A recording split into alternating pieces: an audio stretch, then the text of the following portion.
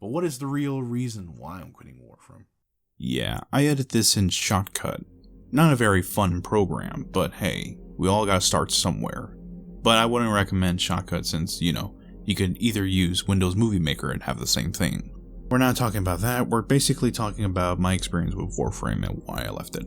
I guess you could say it's very simple, really, especially on my case since I want to redo this video of mine, but I guess I can start by giving the story of why I got into Warframe in the first place. Well, the game was recommended to me by a friend. We're gonna call him Mecha. He basically introduced me into the game. At first, I didn't like the way how it looked, but eventually down the line, I did get used to it. And plus, back in the day, I didn't really have PS4 games at the time, and Warframe was free, so why not? And eventually down the line, I actually did enjoy it in the mid-game, because everything about the game and the aspects was pretty unique, and at the time, it was actually pretty fun. The Warframe keys, the mods, the weapons that, you get to craft, and even though that the crafting system, it takes either 6 hours or 12 hours, or even Warframes take 3 days to build. Of course, even by those 3 days, you still have many things to do,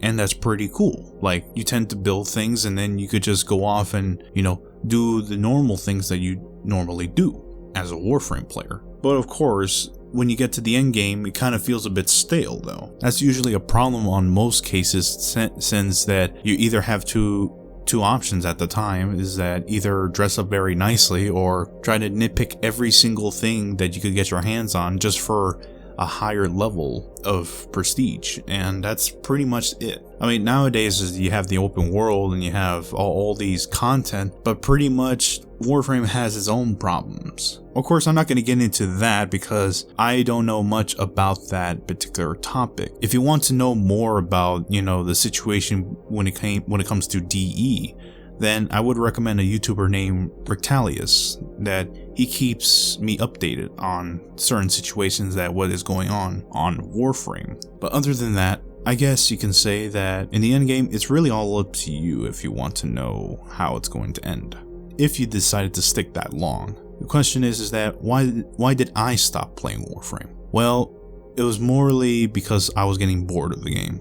This was before the open world. Pretty much the whole new Relic System I didn't really like because I prefer void keys. But other than that, I guess you can say that mainly to do with the weird changes that didn't really feel appealing to me.